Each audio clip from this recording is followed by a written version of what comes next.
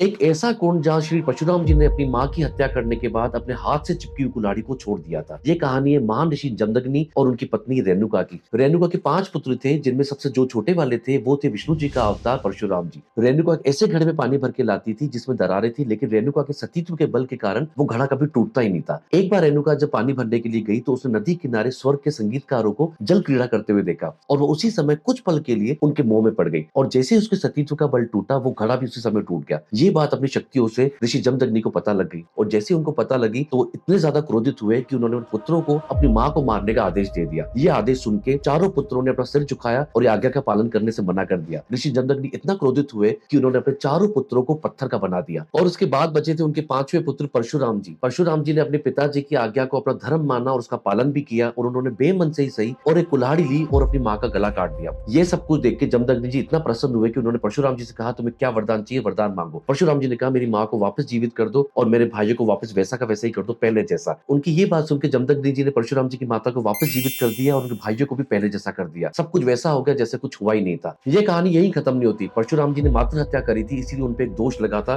और इस दोष के कारण जिस कुल्हाड़ी से उन्होंने अपनी माँ को मारा था वो कुल्हाड़ी उनके हाथ से चिपक गई थी। वो अनेक तीर्थ स्थलों पे गए जहाँ पे उन्होंने कोशिश करी, लेकिन उस कुल्हाड़ी ने उनका साथ नहीं छोड़ा। लेकिन उसके बाद वो गए हिमाचल की एक लोहित नदी के किनारे एक कुंड के पास। जैसे ही वो उस कुंड में गए उनके हाथ से वो कुल्हाड़ी छूट गई, इसीलिए उस कुंड का नाम पड़ा परशुराम कुंड। आज भी मकर संक्रांति में वहां पे काफी लोग जाते हैं उस कुंड में नहाने के लिए, ताकि उनके पापों का प्रायश्चित हो सके। क्या कभी आपने इस कुंड के बारे में सुना है? कमेंट्स में जरूर लिखिएगा, और वीडियो अच्छी लगे तो लाइक एंड शेयर जरूर कीजिएगा। जय सनातन धर्म।